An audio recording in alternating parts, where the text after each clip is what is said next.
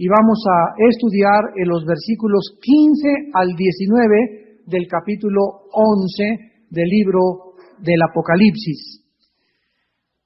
Después de 3 días y medio, versículo 15, el séptimo ángel tocó la trompeta y hubo grandes voces en el cielo que decían: los reinos del mundo han venido a ser de nuestro Señor y de su Cristo, y Él reinará por los siglos de los siglos.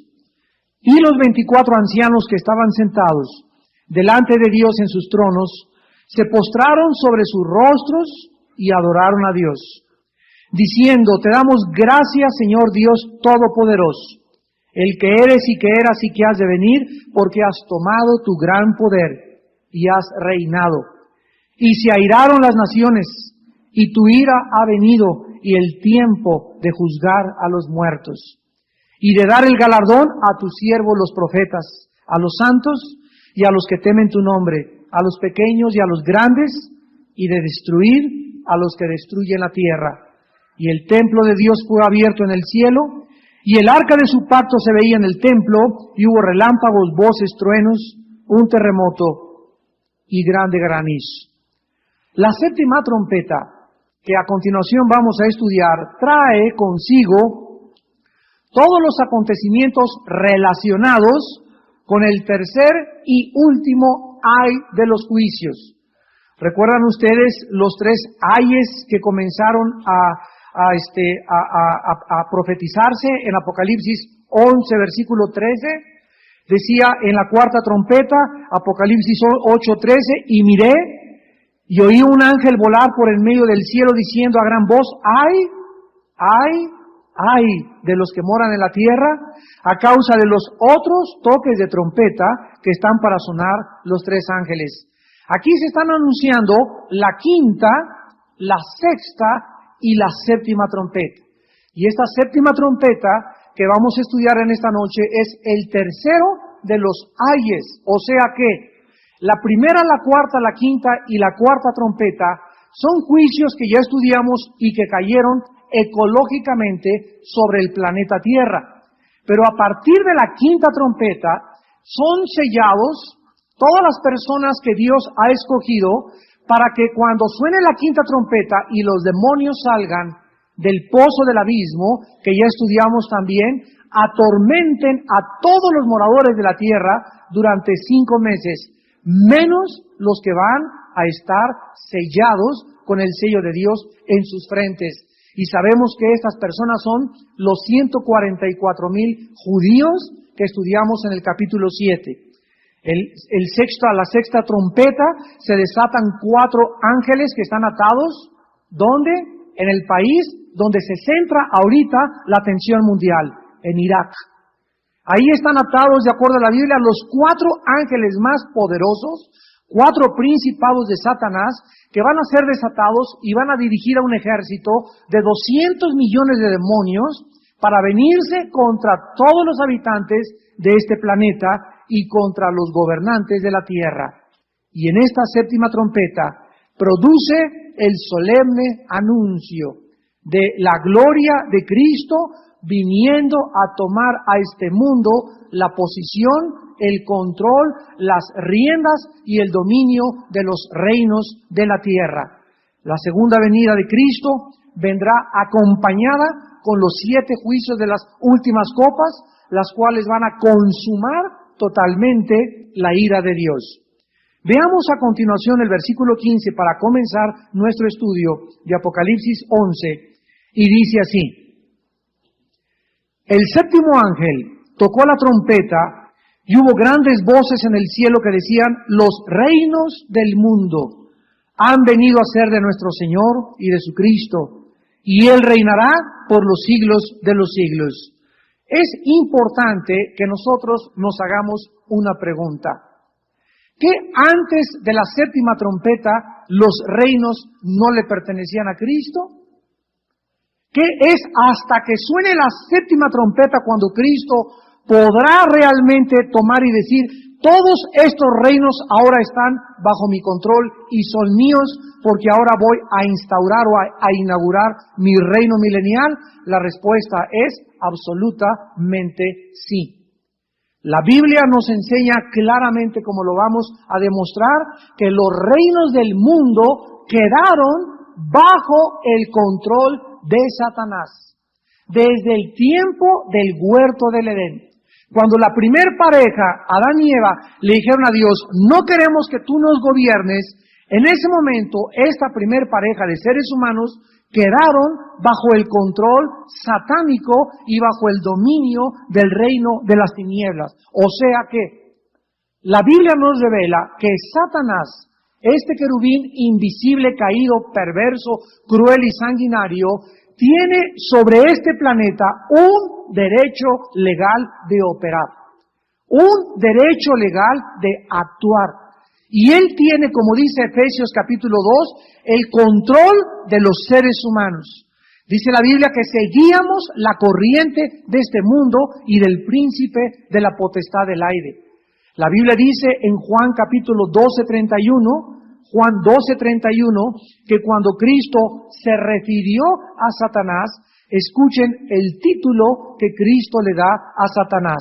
Ahora, Juan 12:31 dice, es el juicio de este mundo. Ahora, el príncipe de este mundo será echado fuera. Vemos que Cristo le llama a Satanás el príncipe. ¿Quién es un príncipe? El que sigue a un rey. Entonces vemos que Satanás cayó como rey, tal vez en el mundo preadámico, el mundo que existió antes de este mundo, y hemos estudiado esta serie del mundo preadámico, de qué forma los demonios habitaron este mundo antes que nosotros, y Satanás era su rey, fueron juzgados con una gran inundación, Génesis versículo 2, la tierra es restaurada totalmente, y Satanás ya no queda como el rey, sino como el príncipe de este mundo. ¿Y quiénes son sus subalternos? Los principados y los demonios, los ángeles caídos y los demonios.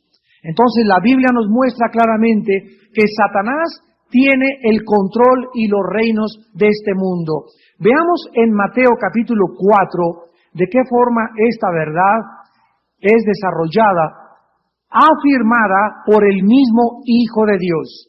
Satanás lleva a Cristo, Mateo 4, versículos 8 y 9, a un monte muy alto. Y le muestra todos, ¿qué cosa? Los reinos del mundo. Es la misma frase que encontramos en este momento en Apocalipsis 11, versículo 15. El Señor Jesucristo viene a tomar los reinos del mundo. Y aquí dice, el diablo le mostró todos los reinos del mundo y la gloria de ellos. Y escuchen lo que Satanás le dice a Jesucristo. Todo esto te daré si postrado me adorares.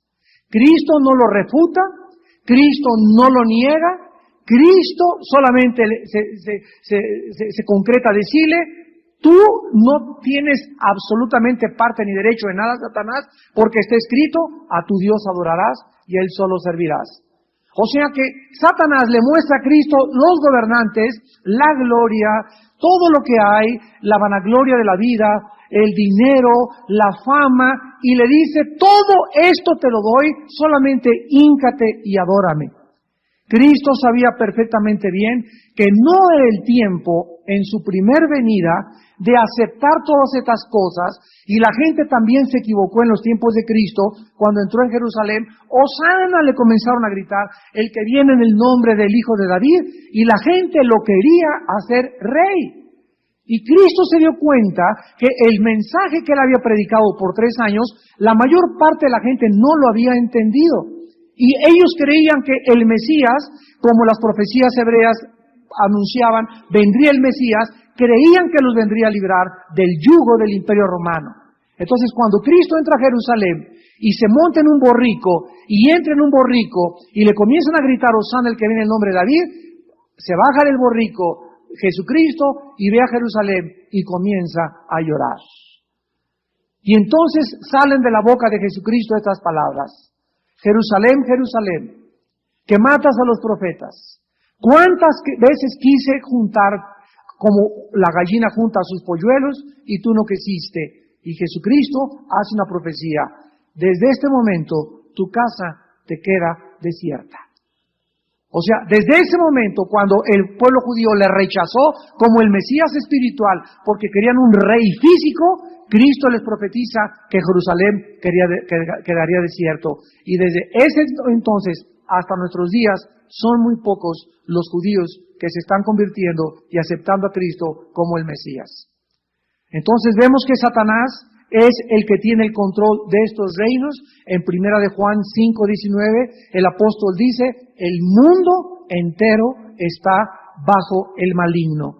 El Apocalipsis capítulo 12, versículo 9, la Biblia dice, y fue lanzado fuera el gran dragón, la serpiente antigua, que se llama Diablo y Satanás, el cual engaña al mundo entero.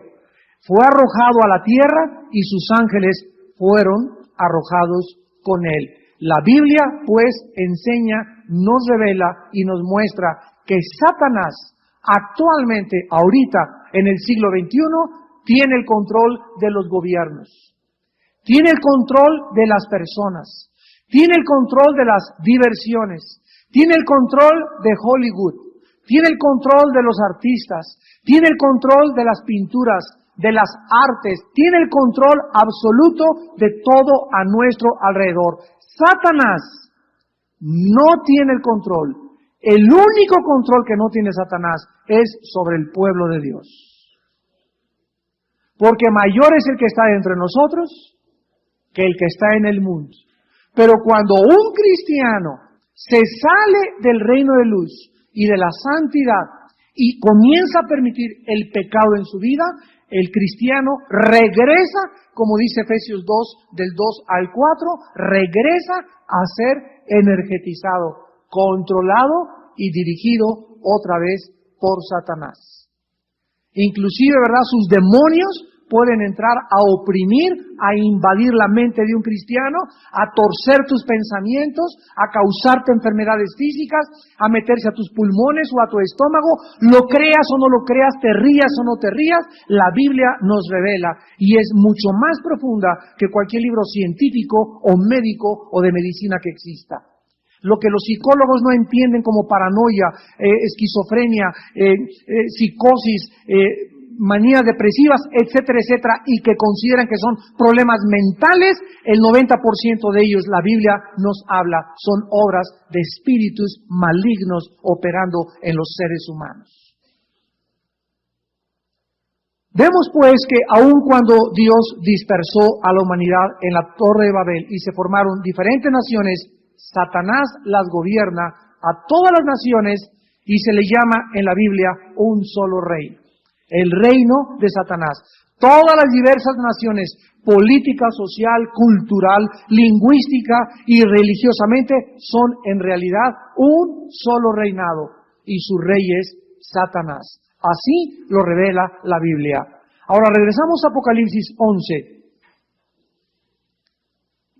Y vemos pues que es hasta la séptima trompeta cuando Cristo hace a un lado a Satanás. Y dice la Biblia, los reinos del mundo han venido a ser de nuestro Señor y de su Cristo. Antes de pasar más adelante, aclaremos algo. ¿Qué fue entonces en realidad lo que sucedió en la cruz del Calvario? ¿Qué fue lo que realmente sucedió cuando las potestades para que atados y para que fueran desenergetizados en cuanto a su influencia al pueblo de Dios?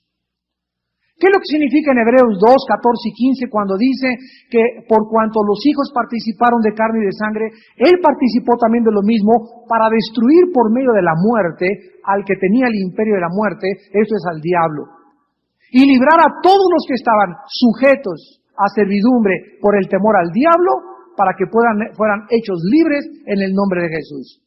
Muy bien, Cristo en la cruz del Calvario le exhibió a Satanás y le quitó su poder sobre su pueblo, sobre nosotros los cristianos. La Biblia profetizaba en Génesis 3:15 que la semilla de la mujer heriría en la cabeza a Satanás. Y tú sabes que cuando a una serpiente le pegas en el cuerpo o le pegas en la cola, no le haces nada, porque sigue la serpiente viviendo. o caminando. La única parte vulnerable de una serpiente es la cabeza.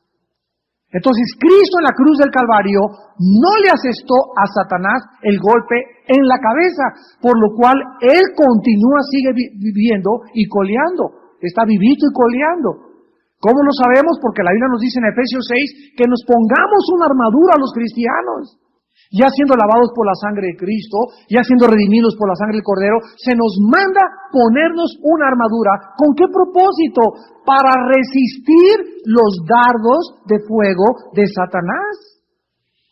Vemos que cuando el Espíritu Santo cayó en Pentecostés, una pareja llamada Ananías y Zafira robaron a Dios de sus diezmos, e inmediatamente Pedro le dice a Ananías, ¿por qué llenó Satanás tu corazón? ¿Qué es el corazón en la Biblia? Es el centro de las emociones, de los sentimientos, emociones, sentimientos de la voluntad y del intelecto. Satanás, los demonios pueden llenar en un cristiano. Ananías era cristiano.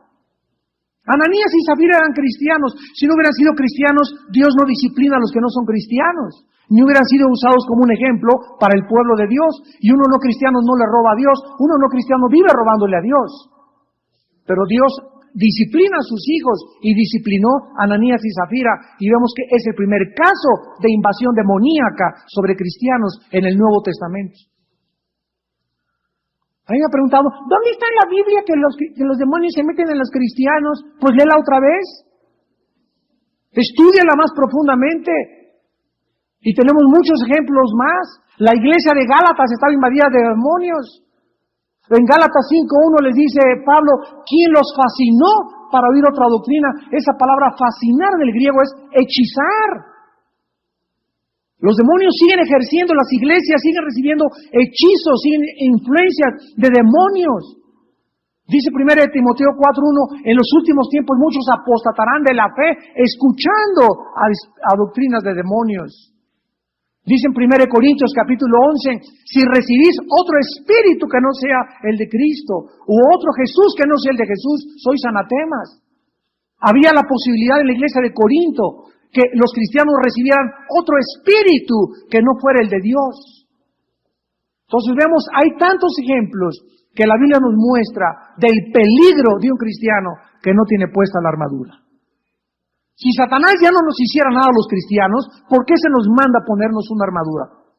¿Por qué se nos manda en 1 Pedro 5:8, como dice, velad porque el diablo anda como león rugiente buscando a quién?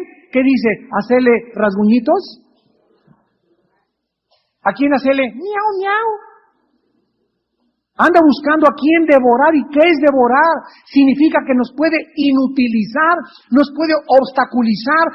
Devorar es que te tenga totalmente bajo tu control, te puede dominar totalmente. Y la única forma de evitarlo es velando.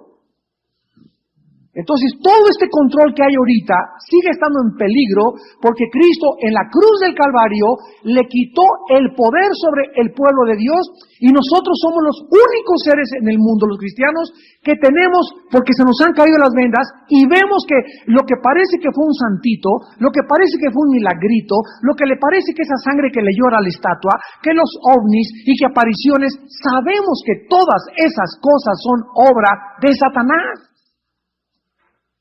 Que son reales y que hay un poder operando detrás del mundo invisible que el mundo le llama ovnis, le llama fantasmas, le llama apariciones, le llama Juan Diego, le llama La Llorona, etcétera, etcétera, y la Biblia le llama demonios. Entonces nosotros no estamos en tinieblas, nosotros estamos conscientes de esto y es hasta la séptima trompeta cuando Cristo le arrebata totalmente las llaves y el control de este mundo a Satanás. Ahora, dice aquí en el versículo que estamos leyendo, que los reinos del mundo, ¿verdad?, son absolutamente todos los que están bajo el control. Y dice, han venido a ser de nuestro Señor y de su Cristo, el establecimiento del reino de Dios sobre este planeta es un hecho tal como se profetizó por los profetas hebreos en el Antiguo Testamento. ¿Cuál es la esperanza de los cristianos? ¿Cuál es el objetivo de los cristianos de ser buenos, de ser santos, de portarse bien? de conocer a Dios, de saber profundamente en nuestra alma que viene pronto un mundo donde no va a haber corrupción, no va a haber latrocinios, no va a haber secuestros, ni homosexualismo, ni asaltos, ni muerte, ni sufrimiento, ni cánceres, ni enfermedades, ni nada. Y si no tuviéramos esta esperanza, pues vivamos entonces para esta vida nada más. Como dice en 1 Corintios el apóstol Pablo capítulo 15, si mañana moriremos, bebamos y comamos. ¿Para qué le soy fiel a mi esposa? Si en este mundo el que no tranza no avanza. ¿Para qué soy honrado en mi trabajo? ¿Para qué mantengo mi integridad? ¿Por qué trato honradamente de hacer dinero y con tantos años cuando puedo asaltar un banco, puedo secuestrar y puedo tener dinero fácilmente o vender droga? ¿Por qué no hago esas cosas? Porque tengo el temor de Dios. Y porque sé que se paga en esta vida y se paga en la otra. Y porque sé que el mal está ya derrotado. Y mientras todo esto acaba, tenemos nosotros, como dice la Biblia, estar firmes y constantes, sabiendo que nuestro trabajo en el Señor no es en vano. Ahora, si tú tienes realmente esta esperanza, vives precisamente con ese temor de Dios en tu corazón.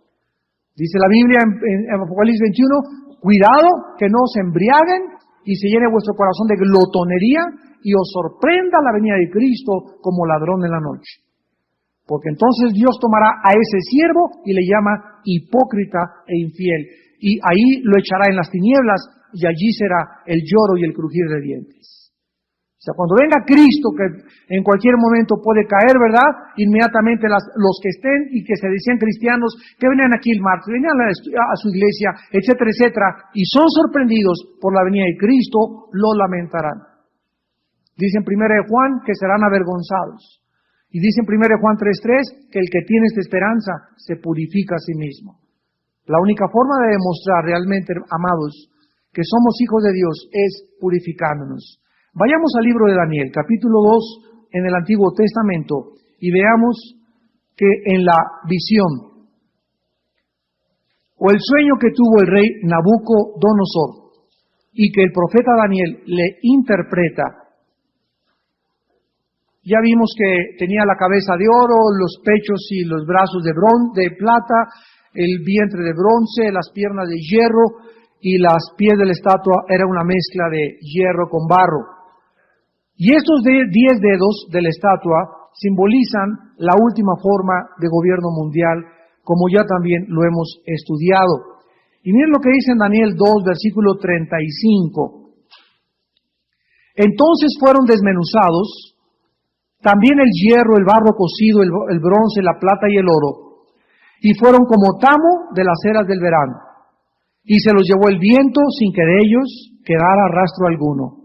Mas la piedra, o sea, la piedra es Cristo, que hirió a la imagen, fue hecha un gran monte que llenó toda la tierra. Versículo 44.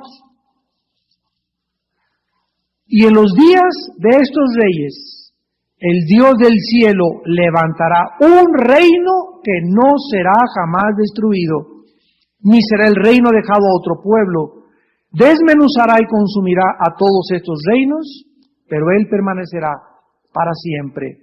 En Daniel capítulo 7, versículo 14,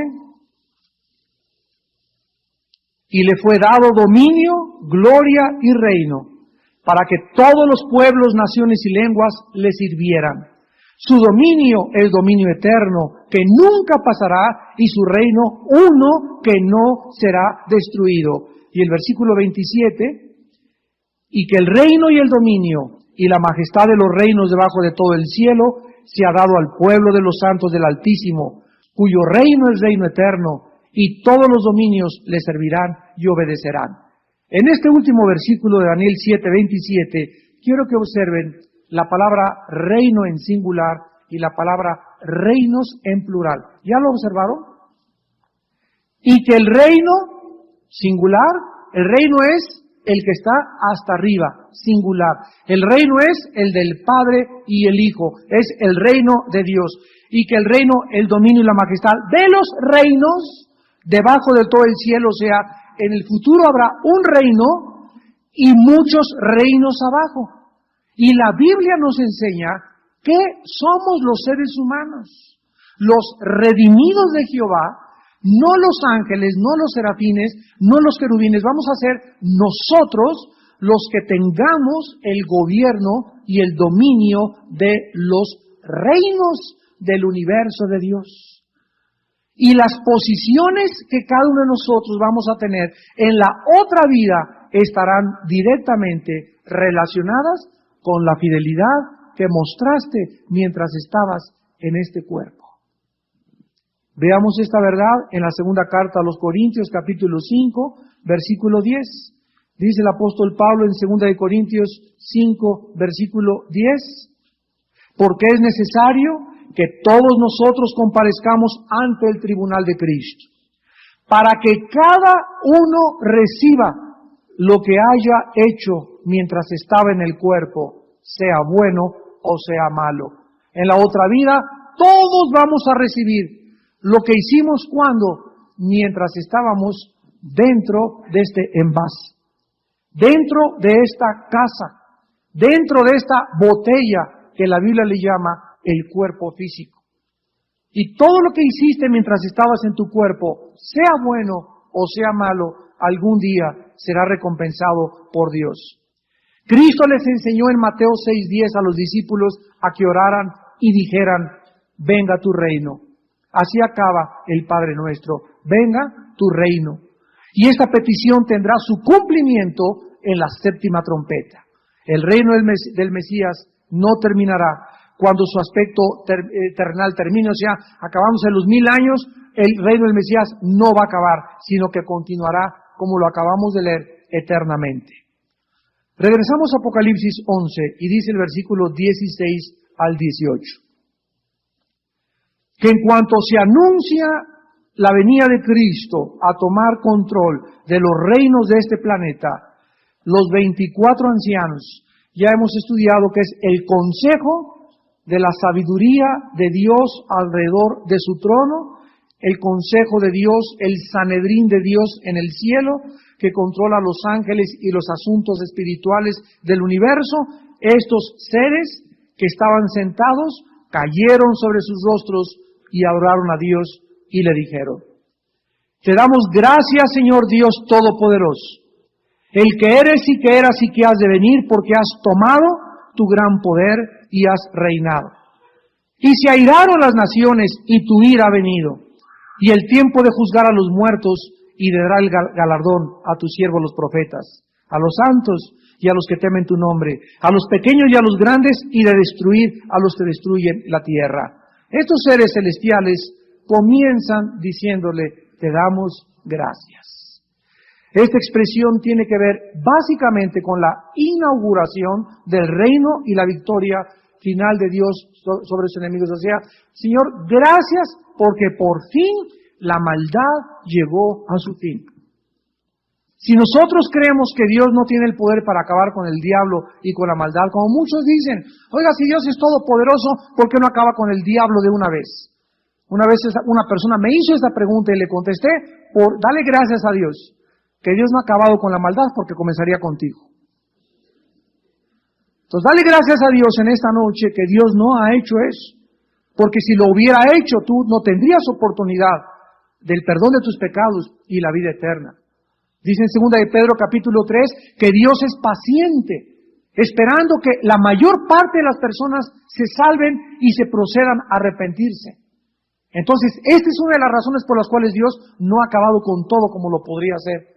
Pero la Biblia nos dice que el hecho de que Dios no haya acabado con la maldad no significa que no viene un tiempo futuro cuando Dios terminará con la maldad. Y esto será en la séptima trompeta. Ahora vemos nosotros lo que los ancianos o este grupo de líderes en el cielo le dicen a Dios. Número 1, versículo 18, se airaron las naciones. Cuando los juicios de Dios caigan o comiencen a caer sobre el mundo y Satanás se ha desplazado y Cristo arrebate el control de este mundo, esto nos muestra a las naciones enojadas con Dios, enojadas con Cristo, por creer, ¿qué cosa? ¿Por qué se enojan las naciones? Porque los gobernantes creen que les pertenecen a ellos. Los gobernantes creen que se pueden reunir en un sínodo o en un lugar que se llama la Organización de las Naciones Unidas, y creen los gobernantes de Francia, de Inglaterra, de México, de Estados Unidos, que ellos pueden con su sabiduría, con los conocimientos de economía, con los conocimientos de sociología, con los conocimientos de psicología, ordenar, arreglar y resolver los problemas del mundo. Es un retrato del Salmo 2, donde dice, ¿por qué se amotinan las gentes y los pueblos piensan cosas vanas? Así comienza el Salmo 2. Consultarán contra Dios y contra su ungido, diciendo, rompamos de nosotros sus cuerdas y echemos de nosotros sus ligaduras. O sea, la Biblia retrata a las naciones del mundo tratando de ordenar el mundo, solucionar el mundo, darle soluciones a los problemas humanitarios, a los problemas económicos, morales, de educación, económicos, a través de la sabiduría humana. Y en el Salmo 2 dice la Biblia, Dios desde el cielo se está riendo. Dios los ve como chinches, dice en Isaías 40, que las naciones son como la gota de un cubo de una cubeta que cae. Como una gotita de una cubeta que cae, así son todas las naciones delante de Dios. En Job 12:24 dice la Biblia que Él hace errar a los gobernantes de la tierra y les quita el juicio. Al rey Nabucodonosor lo volvió loco Dios y permitió que perdiera la razón hasta que reconociera que el Altísimo gobierna sobre los gobiernos y los reinos de este mundo.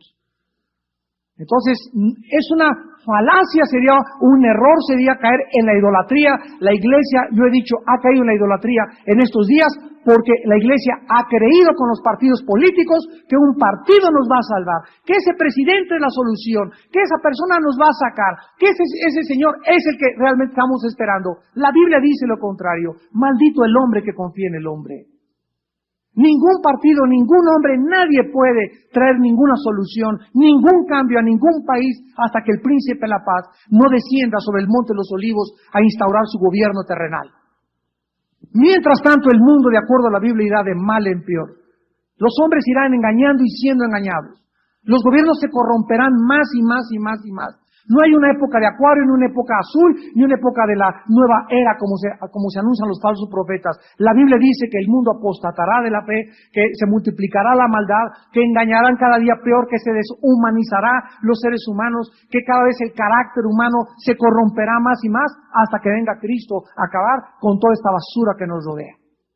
Y mientras tanto, lo único que la iglesia puede hacer es sálvese el que pueda. El Titanic se está hundiendo. No nos manda Dios a levantar el Titanic o a levantar el mundo. Dios no nos dice que la iglesia va a salvar el mundo. Dios nos dice que gritemos, arrepiéntanse, que el reino de Dios viene. Ese es el papel de la iglesia. Cuando los discípulos le dijeron a Cristo en Mateo 13, arrancamos la cizaña, Cristo les dijo, no, déjenla que crezca con el trigo. ¿Hasta cuándo? Hasta que los ángeles vengan en el tiempo de la siega y aparten a los cabritos de las ovejas. Hasta entonces la maldad no podrá ser detenida. Entonces Dios no nos manda a acabar con los homosexuales, ni con los secuestradores, ni con los criminales, ni cambiar el mundo. Dios nos manda simplemente a dar un mensaje de esperanza. Sálvese el que pueda. Viene otro reino, viene otro mundo. Arrepiéntanse porque el día de Cristo se acerca. En segundo lugar dice la Biblia, y la ira de Dios ha venido. Frente a la ira egoísta e irracional de las naciones, está la ira santa y justa de Dios. Esta ira de Dios había sido detenida, como vimos ya. Dios está esperando que se arrepientan y que se arrepientan. Ha sido detenida hasta que los seres humanos lleguen a un punto donde Dios dice, basta. Con tu vida, con la vida de cualquiera que nos ha ido por la televisión, Dios tiene un tiempo cuando dice, Juan Pérez, hasta acá llegaste. Familia fulana de tal, hasta acá llegaron. Nación fulana de tal, hasta acá llegaron. Como lo hemos visto en la mayor parte de las naciones de Europa. La mayor parte de las naciones de Europa han sido abandonadas por Dios.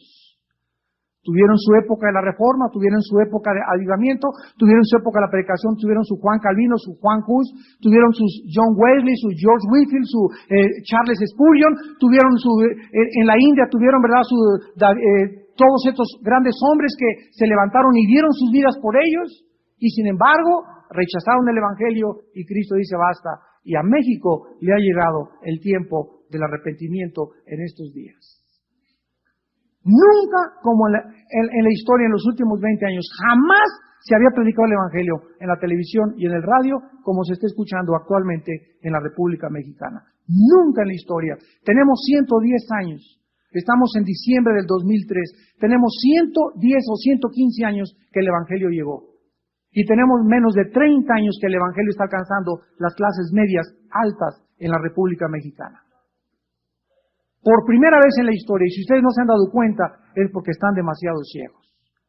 Pero es el tiempo de México, como lo podemos ver. Como podemos ver por qué Dios nos bendice, por qué está permitiendo esta propagación de los medios de comunicación, por qué nos ha mandado a 4 continentes, por qué está levantando maestros de la palabra, pero al mismo tiempo que Dios está haciendo eso, sabemos que está el diablo enviando también a su grupo de evangelistas satánicos.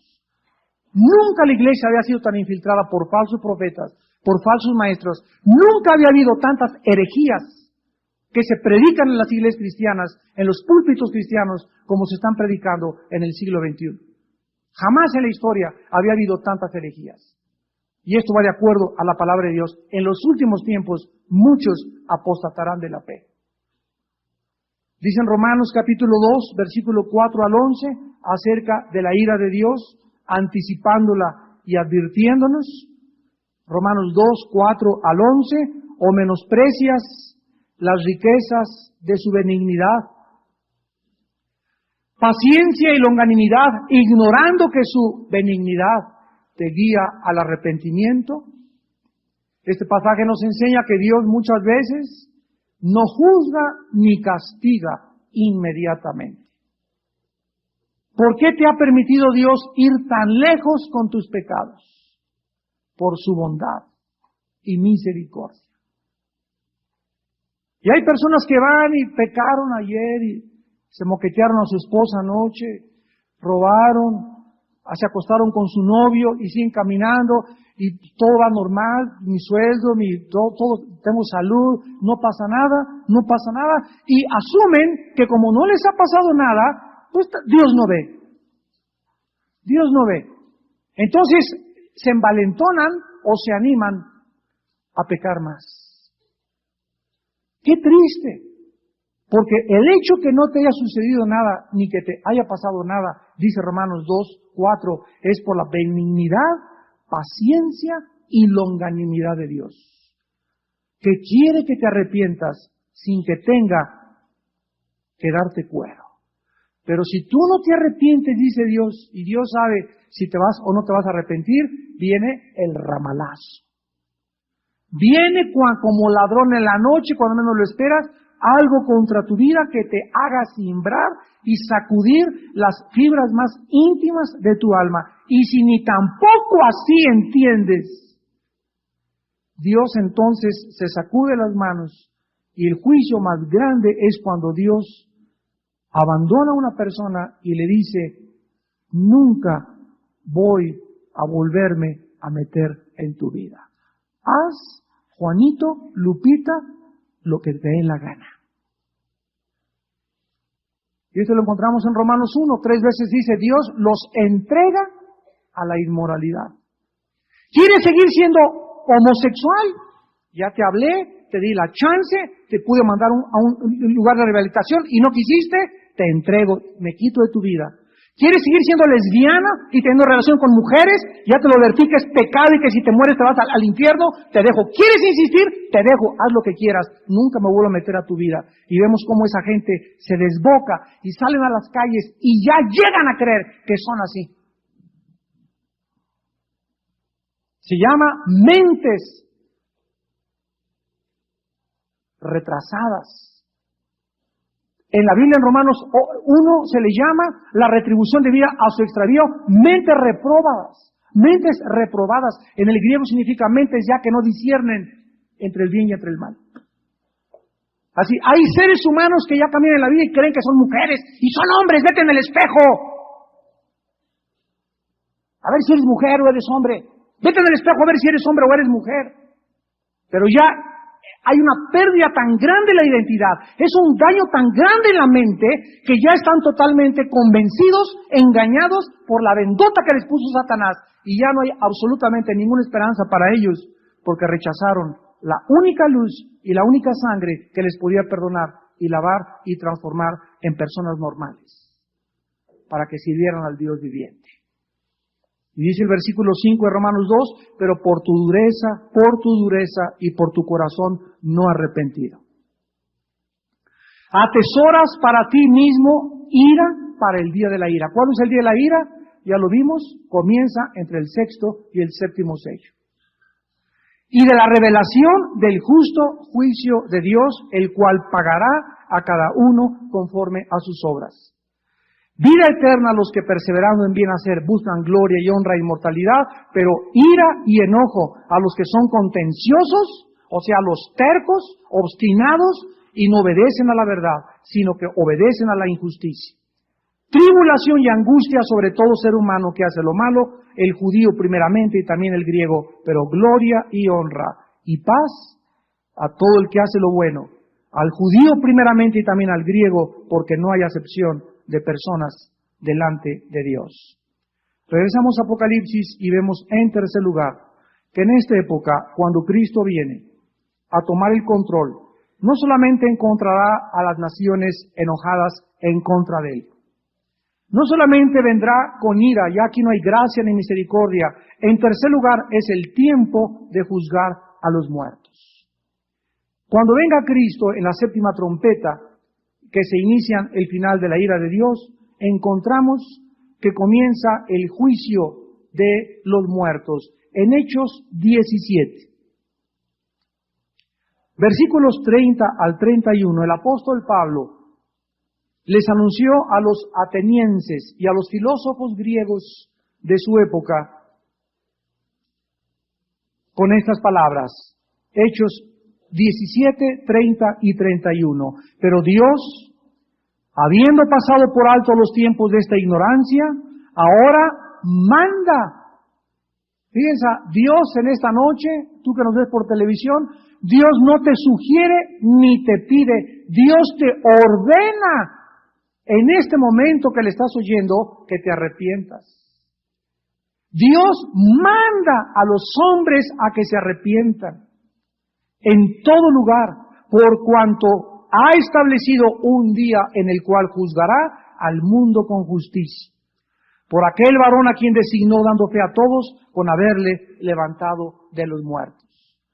Por causa de que viene un juicio, por causa de que no venimos de los animales, ni somos el resultado de una selección natural, ni somos el resultado de la evolución, por causa de que somos responsables, agentes morales delante de Dios, y nos ha dado una mente para que pensemos, para que ponderemos, para que reflexionemos, para que escojamos entre la maldición y entre la bendición. Dios nos manda a arrepentirnos, porque hay un juicio que viene cuando tú mueras y cuando yo muera, con la única diferencia que el que muera en Cristo, su juicio ya tuvo lugar en una cruz. Porque la Biblia dice que cuando Jesús murió en la cruz del Calvario y una persona le acepta como su Salvador, en ese momento pasamos, Juan 5:24, de la muerte a la vida y no vendremos a juicio, a condenación. Dice Romanos 8:1, ninguna condenación hay para el que está en Cristo Jesús. Entonces, cuando nosotros muramos, vamos a enfrentarnos a Cristo como nuestro Salvador. Y los cristianos vamos a pasar un juicio que se llama el tribunal de Cristo. En el griego, el bema de Cristo, donde vamos a recibir recompensas o perder recompensas, donde se nos asignará quién va a ser presidente de esa galaxia, presidente de esa nueva nación, quién va a ser el vicepresidente, quién va a ser el tesorero, quién van a ser los barrenderos, quiénes van a ser los obreros. Dios asignará en la otra vida las posiciones y los puestos de autoridad a todos nosotros en relación a nuestra fidelidad y santidad mientras estábamos en el cuerpo. Por eso no nos cansemos de hacer el bien y de seguir sembrando. No nos cansemos, no desmayemos. He aquí vengo pronto y mi galardón conmigo para recompensar a cada uno según su obra. Así acaba la Biblia en Apocalipsis 22. Por causa de esto, Dios nos manda a que nos arrepintamos. Vean ustedes este juicio en Apocalipsis 20, al cual se van a enfrentar no los cristianos, sino los no cristianos. Se llama el juicio del gran trono blanco. Y la Biblia nos da muchos detalles de lo que va a pasar en ese juicio. Apocalipsis 20, versículo 11 al 15. En este juicio, repito, es cuando resucitan los muertos, los no creyentes, para presentarse, y dice Juan, vi un gran trono blanco, y al que estaba sentado en él, de delante del cual huyeron la tierra y el cielo, y ningún lugar se encontró para ellos. Vemos que este juicio se llevará a cabo cuando vengan los cielos y la tierra nuevos. Y vi a los muertos, versículo 12, grandes y pequeños de pie ante Dios. Este grande y pequeño significa los altos y los chaparritos. Significa los grandes, los reyes, los príncipes, los presidentes, los gobernantes, los que fueron premios Nobel o que adquirieron grandes, y los más pequeños, humildes, indígenas, seres humanos marginados, tanto los pobres como los ricos, ahí no habrá distinción, serán juzgados delante de Dios. Es interesante que dice la Biblia que estaban de pie. De pie. Parados todos los muertos. ¿Por qué no estaba nadie? Señor, ahora sí, Señor, te pido que me perdones, y ahora sí es cierto, Chirrión, es cierto, Dios mío. Damas y caballeros, en el juicio del gran trono blanco, nadie va a estar de rodillas, porque en ese juicio se acabó la misericordia y la gracia. Nadie ahí tendrá otra oportunidad, como dice la falsamente teoría de la reencarnación, que después de muertos habrá otra oportunidad y regresarás en un toro, en una vaca, en un chivo, en el chupacabras, etcétera, etcétera. Después de muerto, dice Hebreos 9:27, está establecido a los hombres que mueran una sola vez, y cuando tú mueras y cuando yo muera, no hay, de acuerdo a la Biblia, otra oportunidad. Por eso están de pie. Aquí tienes la oportunidad ahorita de hincar tu rodilla y decirle, Padre, perdóname y te adoro y te sirvo. En aquel día es demasiado tarde. Estarán de pie solo para escuchar al gran Creador y legislador del universo. Y dice la Biblia, los libros fueron abiertos y fue abierto el libro de la vida y fueron juzgados los muertos por las cosas que estaban escritas en los libros según sus obras. Y aquí, cuando lleguemos a este pasaje, lo vamos a estudiar con detenimiento, pero nos damos cuenta que todo esto va a acontecer en la séptima trompeta, que contiene, repito, las últimas copas. Y dice la Biblia en Apocalipsis 11 que también será el tiempo de darle el galardón a los siervos, los profetas, a los santos y a los que temen su nombre. Cuando Él venga, Cristo también nos recompensará. Pablo habla de la corona de justicia, la corona de la vida, de los que pasaron tentaciones, los que mueren como mártires. Van a ser diferentes coronas, diferentes premios que también algún día vamos a estudiar. Y dice la Biblia, y de destruir a los que destruyen la tierra. Entonces el templo de Dios, versículo 19, se abrió en el cielo. El arca del pacto se vio en el templo y hubo relámpagos, voces, truenos, un terremoto y grande granizo. La apertura del templo en el cielo, para terminar, nos sugiere el hecho de que Dios está actuando en cumplimiento de todo lo que Él ha prometido.